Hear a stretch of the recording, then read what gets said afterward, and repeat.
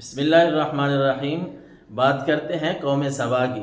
قوم سبا ایک ایسی قوم تھی جن کو اللہ تبارک و تعالیٰ نے طرح طرح کی نعمتوں سے نوازا تھا۔ سورہ سبا قرآن مجید کا حصہ بھی ہے اور اس میں سبا قوم کا تذکرہ ہے۔ اللہ تبارک و تعالیٰ نے ان کو 2 باغات عطا فرمائے تھے۔ جہاں یہ ان کی بستی تھی، ان کی رہائش تھی، ان کے دائیں بائیں جو ہے وہ 2 باغات تھے اور بڑے خوبصورت وہ باغات تھے۔ ان میں ہر طرح کے پھل تھے۔ آب و ہوا بڑی صاف ستھری تھی۔ اس کی آب و ہوا ان کے ماحول کی اتنی صاف ستھری تھی کہ وہاں کوئی مچھر مکھی کسی چیز کا نام و نشان نہیں تھا۔ حتیٰ کہ اگر کوئی دوسرے علاقے کا آدمی بھی وہاں سے گزرتا اور اس کو جوئیں ہوتی، کوئی بیماری ہوتی، تو اتنی صاف ستھری آب و ہوا تھی ان کے باغات کی کہ جو جہاں سے گزرتا اس کی بیماری بھی ختم ہو جاتی۔ لیکن ہم جانتے ہیں کہ اللہ کی نعمتیں کتنی ہیں۔ وَإِن تَعُدُّوا نِعْمَتَ اللَّهِ لَا تُحْصُوهَا۔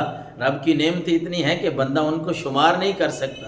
ان لوگوں نے اللہ کی ان نعمتوں کا شکر ادا نہ کیا، یا یوں سمجھ لیں کہ ان سے یہ نعمتیں سنبھالی نہیں گئیں۔ جس طرح انسان کی عادت ہے، فطرت ہے کہ بندے کے پاس نعمتیں جب اللہ کی زیادہ ہوں تو یہ پہلوتے ہی اختیار کرتا ہے۔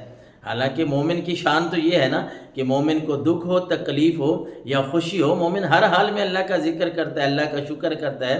خیر، اس قوم سبا نے جب اللہ تبارک و تعالیٰ کی نافرمانی کی تو رب العالمین نے ایک ایسا سیلاب بھیجا کہ ان کے باغات جو ہے وہ تباہ ہو گئے، ختم ہو گئے۔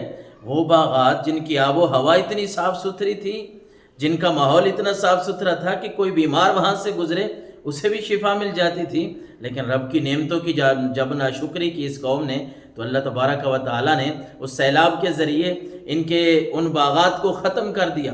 سیلاب ختم ہوا تو اس جگہ پہ ایسے باغات آ گئے، ایسی جڑی بوٹیاں اور ایسے پودے لگ گئے جن کے پھل کڑوے تھے، جن کا مزاج کڑوا تھا، جن کا پھل کڑوا تھا۔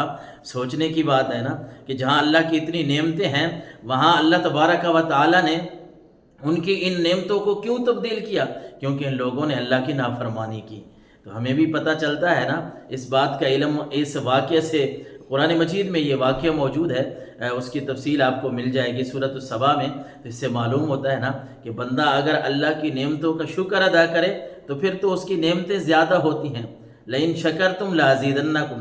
جو بندہ رب کی نعمتوں پہ شکر ادا کرتا ہے اللہ ان نعمتوں میں اضافہ فرماتا ہے، اور بندہ اگر ناشکری کرے تو پھر اللہ کی پکڑ میں بھی آ جاتا ہے۔ اللہ تعالی ہم سب کو عمل کی توفیق عطا فرمائے۔